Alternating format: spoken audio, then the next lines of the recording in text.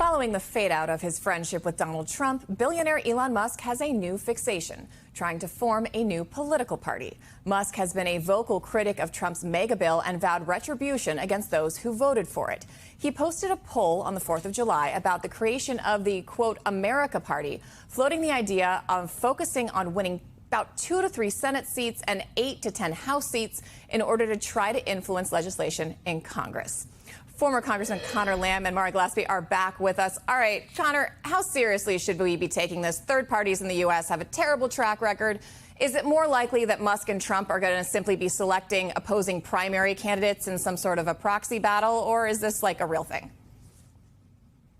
I think it's most likely that they're going to get back together because they kind of need each other and they both want to be powerful and relevant at the end of the day. The reality is that most people out there, whether they're on the right or the left, they don't want to have something handed down to them from a billionaire at the top of the system. I think the reason people embraced Trump originally was they thought he was going to kind of be their voice. And now with this most recent bill, it's obvious he was defrauding them all along and just trying to help out himself and people who are like him. And the idea that Elon Musk would be the next champion, to me, is just a joke. And so there's a good occasion for the Democrats to try to find their footing again as more of a blue collar party. And I think if Musk thinks he's going to, make that harder on them by himself becoming a man of the people, I think he's in for a rude awakening. And Mark, one thing I've always found fascinating covering elections is sometimes, obviously money matters and it helps, but sometimes when you see these outsiders come in with these deep pockets and throw a whole bunch, millions of dollars into election, it often backfires and doesn't really resonate with voters. And Musk's track record is not great. It's kind of a mixed bag. We mentioned earlier he spent $25 million on a Supreme Court race in Wisconsin with nothing to show for it. So how much of a threat do you think this is, and how much of an impact do you think his money will have in races if he decides to get involved? I think it's more of a threat to the far-right MAGA. I don't know who he is really trying to entice with his America Party, but I think that the lesson here that Elon Musk is learning the hard way is that despite what you give to President Trump and the amount of millions that he gave to him, you don't really that relationship's not reciprocal. I think that there are many people in this country who have learned that the president may say one thing and then he'll do whatever he feels is in his best interest. And I think the unfortunate part for a lot of members as they go into the 2026 cycle, will Donald Trump reward them for voting for his bill? Will he show up for them and campaign for them and go to their districts or give them, campaign money? I don't know if he will. I think it's to be seen. And so Elon Musk is learning that lesson by realizing that despite, supporting the president, that support's not been returned to him.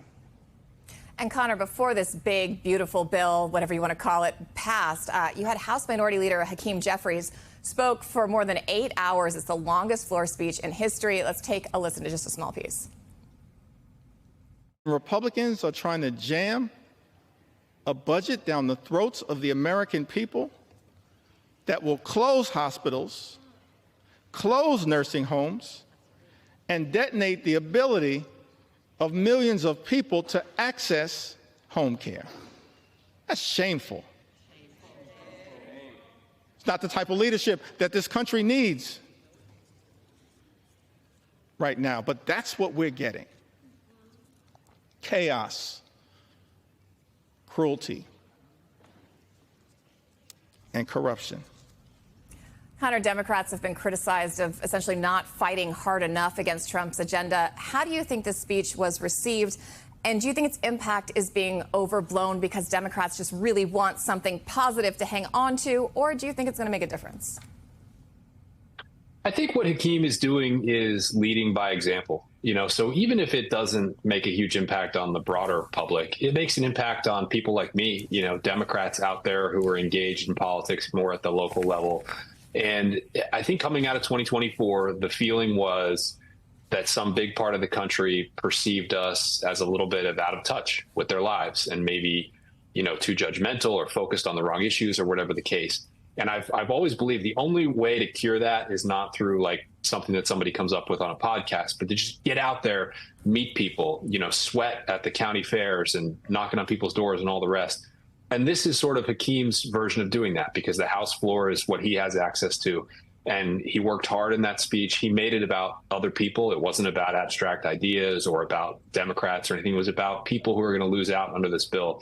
And I think he kind of set up a standard that all of us can work to meet in our own different ways.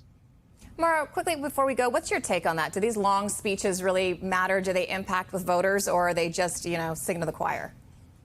I think, it's good for the Democrats who are looking for something to rally behind. They need something to look towards to guide them. I think, when you talk about the public at large, we vote for members of Congress and our leadership for solutions.